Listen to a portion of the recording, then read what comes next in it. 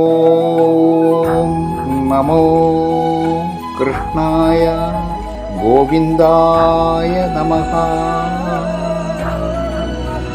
അർജുനൻ പറഞ്ഞു, അങ്ങ് എന്തിനാണ് എന്നെ ഈ ക്രൂരമായ യുദ്ധത്തിന് പ്രേരിപ്പിക്കുന്നത്?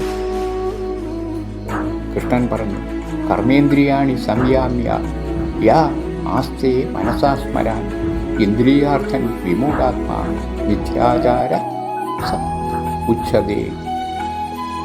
കർമ്മേന്ദ്രിയങ്ങളെ നിയന്ത്രിച്ചാലും മനസ്സിനെ നിയന്ത്രിക്കാൻ കഴിയാത്തവൻ വിഷയസുഖങ്ങളിൽ സ്വയം ചെന്ന് ചാടി വിഷയസുഖങ്ങൾ തേടിപ്പോകും.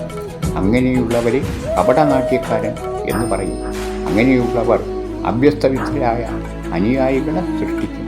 യോഗിയായി സ്വയം നടിക്കുകയും ചെയ്യും. അത്തരക്കാരെ കൊണ്ട് ആർക്കും ഒരു ഗുണവും ഉണ്ടാവുകയില്ല. കൃഷ്ണൻ പറഞ്ഞു, അർജുന, നീ ഒരിക്കലും ഒരു കപടനാട്യക്കാരൻ ആകരുത്. നീ നിന്റെ വിധിക്കപ്പെട്ട കർമ്മം ചെയ്യുക തന്നെ വേണം. കർമ്മം ചെയ്യാതെ ആർക്കും സ്വന്തം ശരീരം പോലും നിലനിർത്താൻ കഴിയില്ല.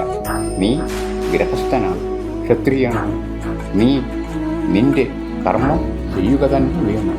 വിധിക്കപ്പെട്ട കർമ്മം ചെയ്ത് വേണം ഏതൊരാളും ഇന്ദ്രിയ നിയന്ത്രണവും മനോനിയന്ത്രണവും ഒക്കെ നേടേണ്ടത്. അല്ലാതെയുള്ള ഇന്ദ്രിയ നിയന്ത്രണവും മനോനിയന്ത്രണവും എല്ലാം ദുഷ്കരമാണ്. ദുഷ്കൃതികളുടെ പ്രവൃത്തികൾ എന്നെ ബാധിക്കില്ല, എല്ലാം ഈശ്വരൻ നോക്കിക്കൊള്ളും എന്നെല്ലാം പറഞ്ഞ് സ്വന്തം നിയത കർമ്മം ചെയ്യാതിരുന്നാൽ അത് വരും തലമുറയെ ബാധിക്കുക തന്നെ ചെയ്യും. അവരവരുടെ വിധിക്കപ്പെട്ട കർമ്മം ചെയ്യുക തന്നെ വേണം. കുന്തിപുത്ര, നീ നിന്റെ വിധിക്കപ്പെട്ട കർമ്മം യജ്ഞരൂപത്തിൽ ഭഗവാന്റെ സംതൃപ്തിക്കായി ചെയ്യുക തന്നെ വേണം. അങ്ങനെ ചെയ്താൽ നീ എന്നെന്നും പാപമുക്തനാകും. എല്ലാവരും അവരവരുടെ വിധിക്കപ്പെട്ട കർമ്മം ചെയ്യുക തന്നെ വേണം. ഏത് കർമ്മവും യജ്ഞരൂപത്തിൽ ചെയ്താൽ അതിൽ പാപമുണ്ടാവുകയില്ല. എല്ലാ യജ്ഞവും വിഷ്ണുവിൻ്റെ സംതൃപ്തിക്കാണ്.